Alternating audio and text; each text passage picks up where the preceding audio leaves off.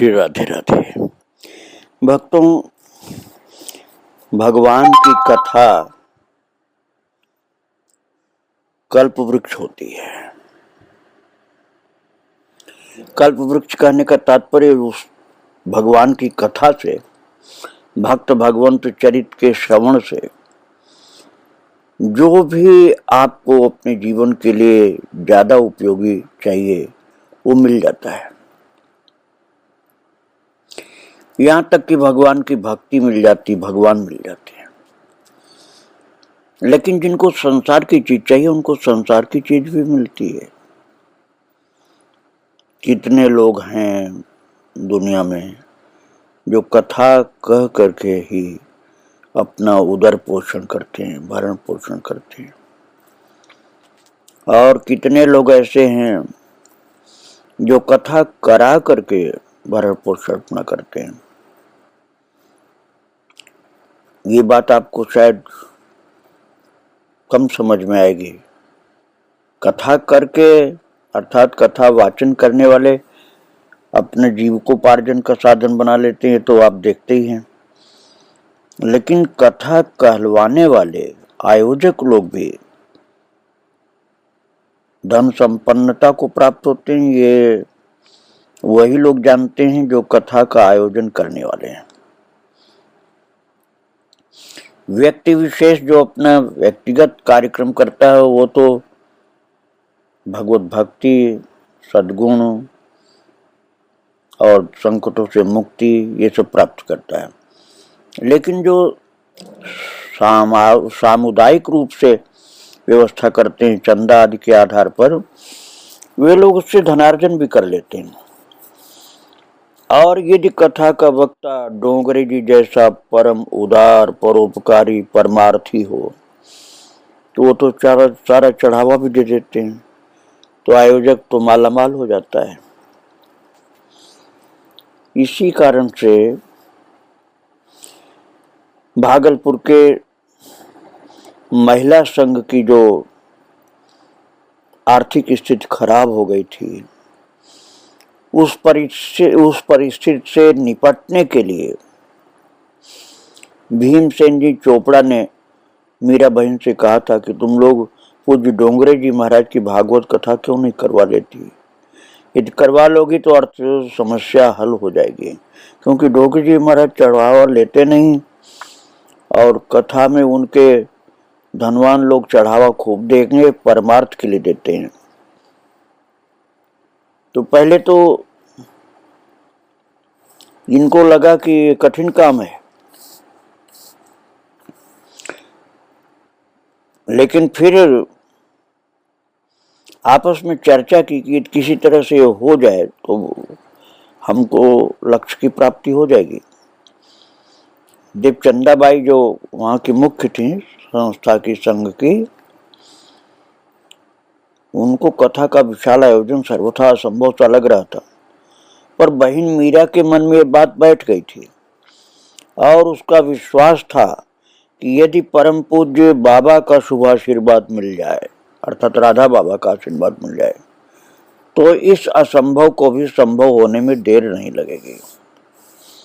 बहन मीरा के द्वारा बार बार उकसाए जाने पर श्री चंदाबाई अवसर देख करके पूज्य राधा बाबा के पास गई और कथा की बात चला दी। भागवत कथा की बात सुन करके पूज्य राधा बाबा ने कहा, बात सुंदर है, श्री डोंगरे जी सच्चे संत हैं और उनकी कथा होने का ढंग यदि किसी तरह से बन जाए तो बड़ा उत्तम होगा, महिला संघ के लिए बड़ा वरदान सिद्ध होगा। तो चंदाबाई ने कहा कि बाबा, इतना बड़ा आयोजन कोई साधारण काम नहीं है। आयोजन की सुंदरता के लिए पुरुषों का सामने आना और खड़ा होना जरूरी है। बिना पुरुषों के यह आयोजन संभव नहीं हो सकता।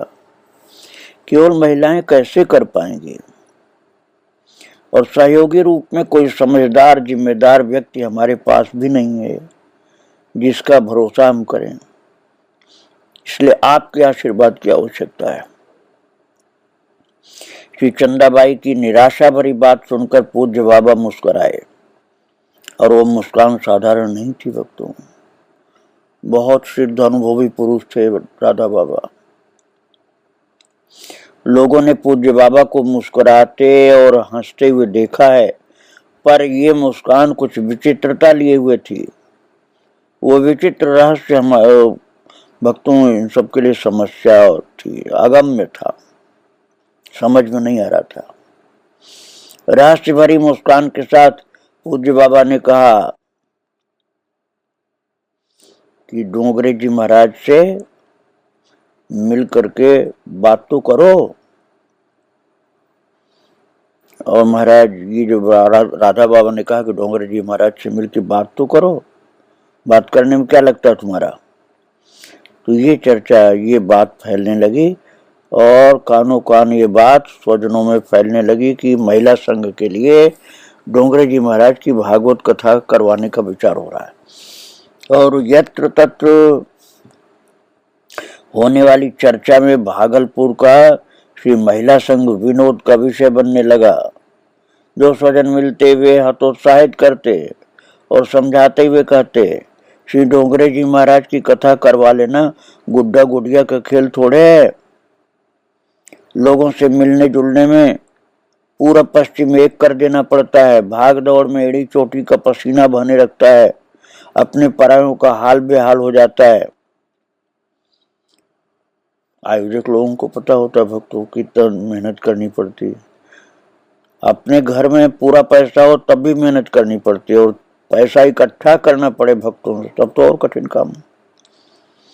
तो चंदाबाई तो पहले ही निराश थी, इस समझावन बुझावन ने तो निराशा को और बढ़ाया। पर अब बाबा के आदेश की उपेक्षा भी संभव नहीं थी, क्योंकि राधा बाबा ने कह दिया था कि हाँ डोंगरे जी की कथा कराओ।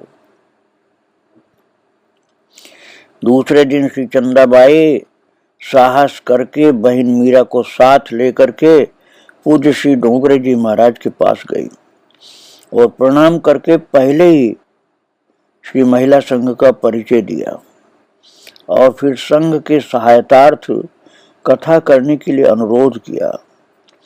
सारी बात सुनकर के पूज्य डोंगरे जी ने कहा, श्री महिला संघ में 100 ऐसी महिलाओं को जो भजन तो करती हैं किंतु जिनके भोजन की व्यवस्था नहीं है, उन्हें प्रतिमाह 100 रुपये दे करके उनके भोजन और भोजन की व्यवस्था का संकल्प करो, तब मैं कथा कहूंगा।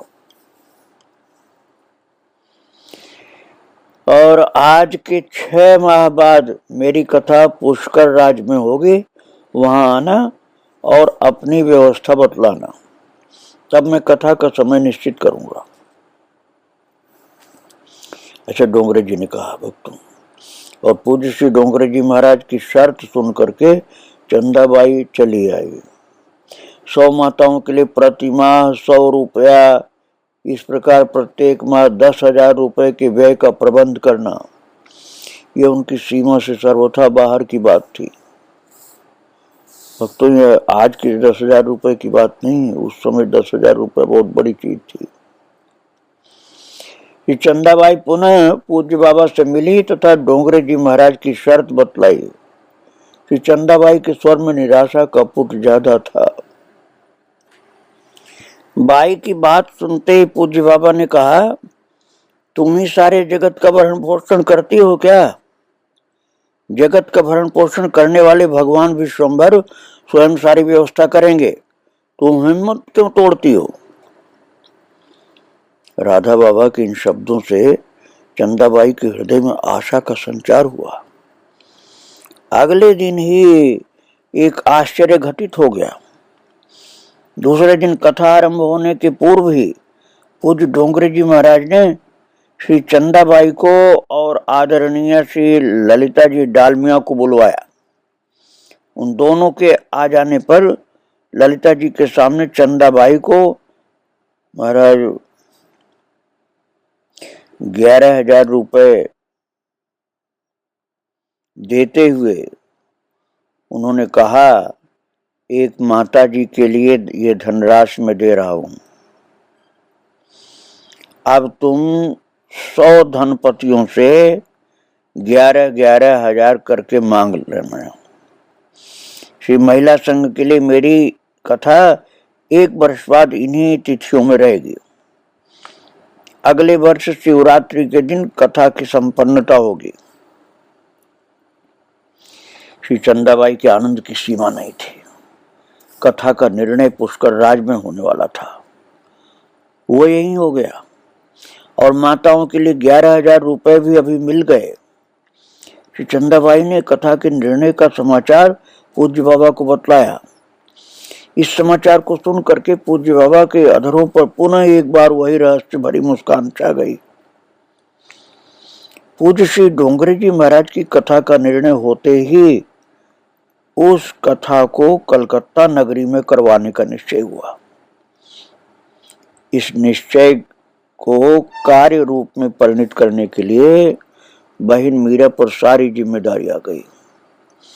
बहन मीरा को बड़ी दौड़ धूप करनी पड़ी और कथा के कार्य के लिए वो प्रायः गोरखपुर पूज्य बाबा के पास आया करती थी, अपनी कठिनाइयों का निवेदन करने के लिए तथा लोगों की टीका टिप्पणी बतलाने के लिए।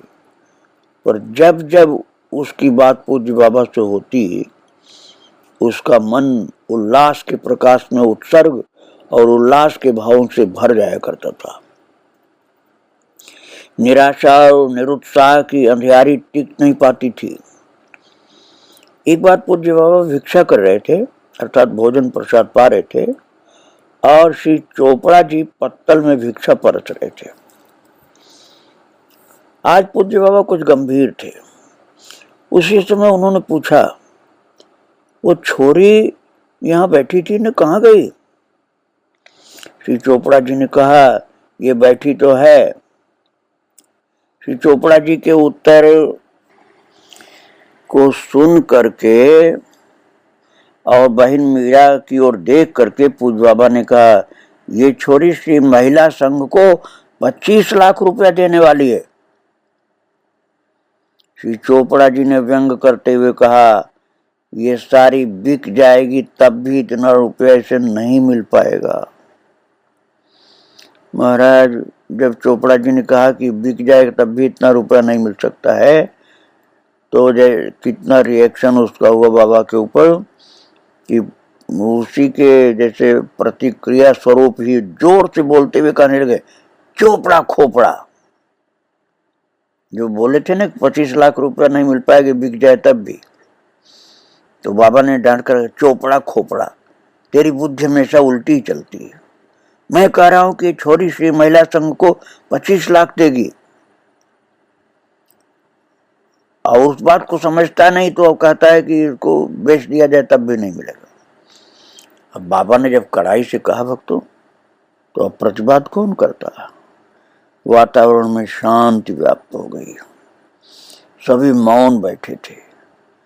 कथा के आयोजन में विघ्न कम नहीं आए भक्तों। पूज्य बाबा ने बहन मीरा को सहयोग देने के लिए श्री चोपड़ा जी को गोरखपुर से कलकत्ते भेजा। कथा के आरंभ होने के 3 दिन पहले महाराज सभी इस बात को लेकर चिंतित थे कि पांडाल का, बिजली का, लाउड स्पीकर का, प्रसाद आदि का खर्चा कैसे चुकाया जाएगा। कुछ भी हो, कथा तो होनी थी और हुई। और सबसे अधिक आश्चर्य की बात ये थी भक्तों कि प्रत्येक दिन कथा के बाद जो गोलक लगाए गए थे कथा में, भेंट पात्र,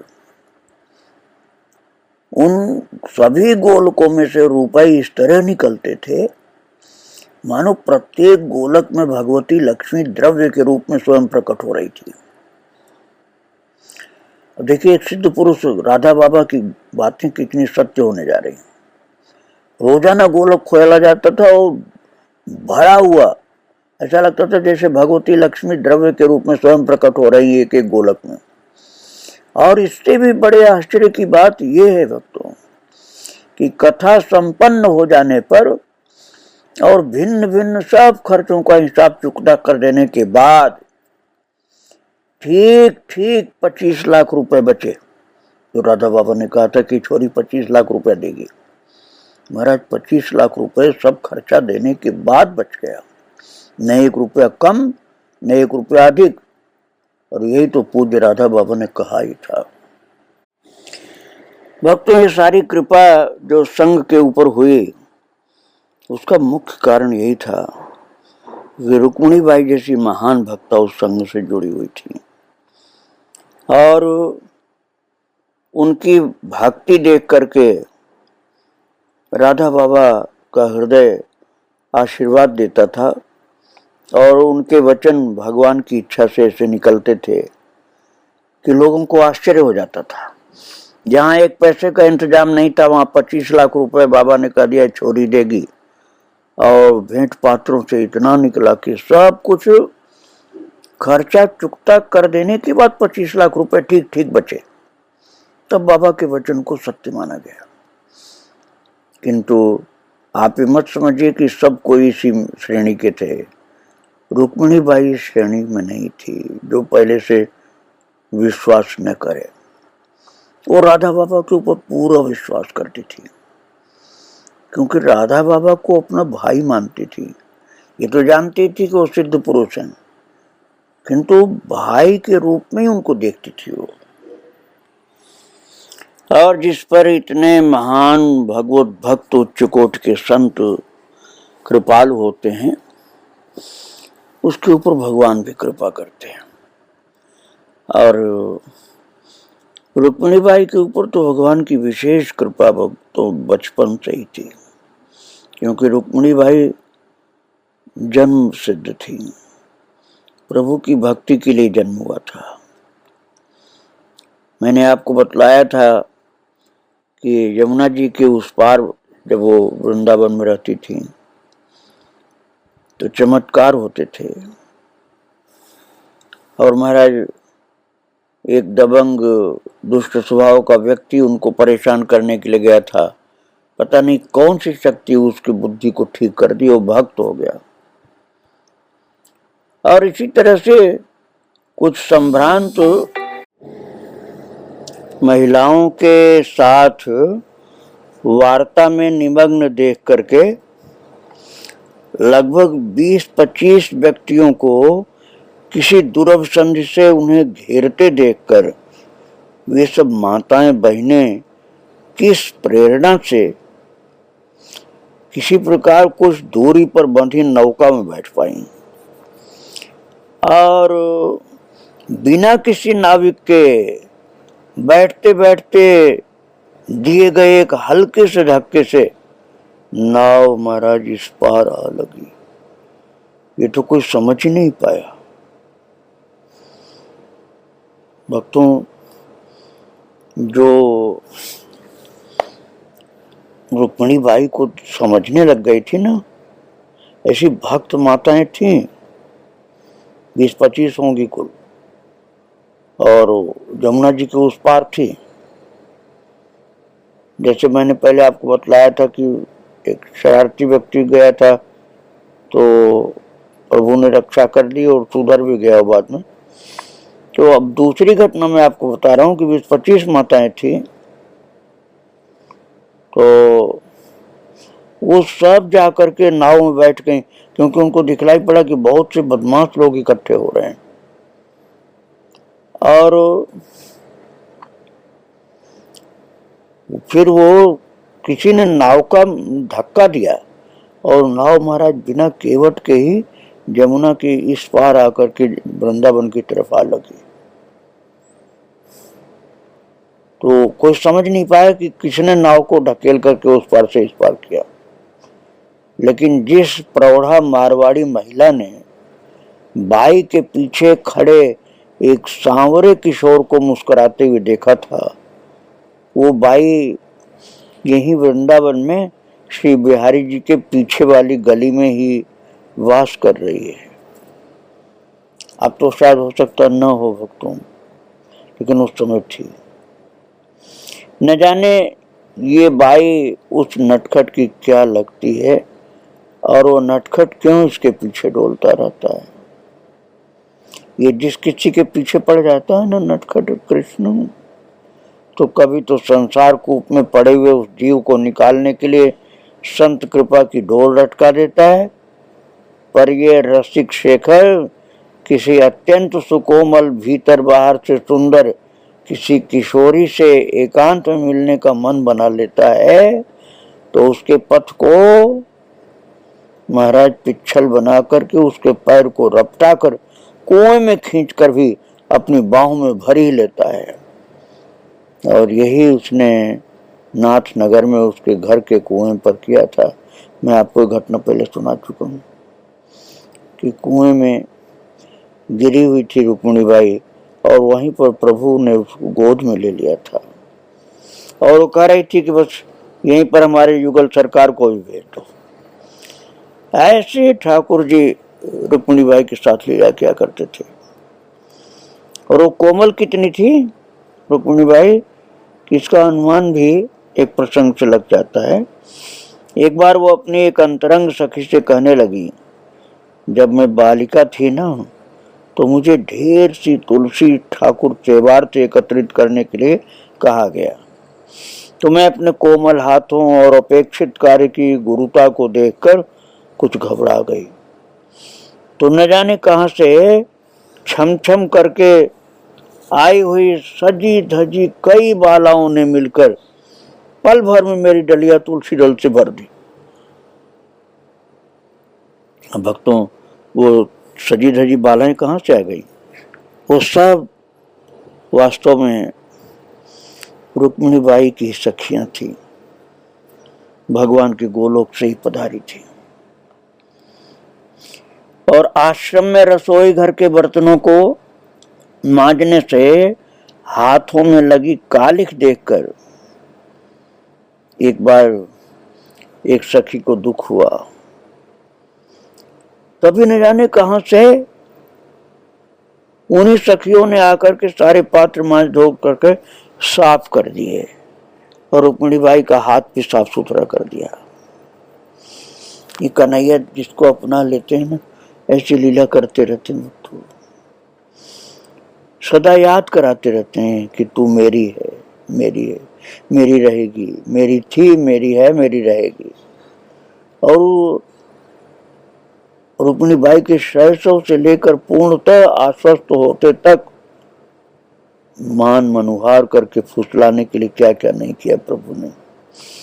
कभी उसे लगाए गए भोग को साथ में आरोगता कन्हैया और कहता मैं खा रहा हूं तू भी खा ले।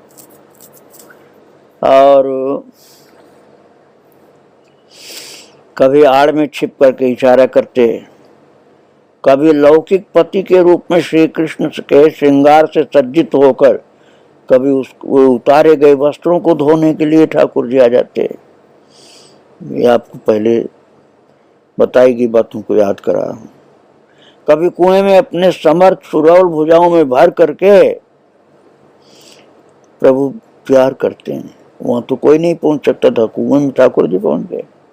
कभी सेठ श्री जयदयाल जी गोयंदका द्वारा दिए गए चित्रपट की आड़ लेकर के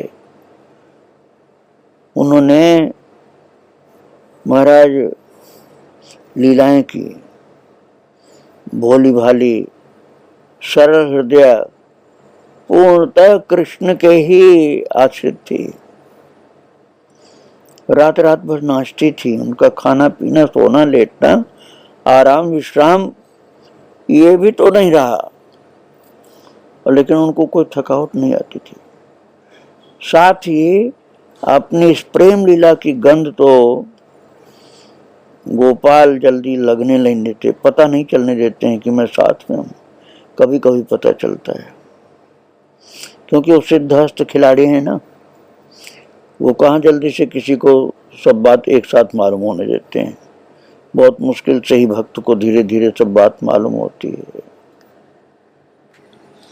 भक्तों, बात यह है कि जो प्रभु की हो चुकी है, ये अब की थोड़ी हो चुकी थी, ये तो पता नहीं कितने जन्मों पहले से थी। कृष्ण की गोलोक से पधारी थी तो कभी इतनी भक्ति की होगी कि इनको प्रभु ने अपना लिया था और गोलोक में पहुंच गई थी।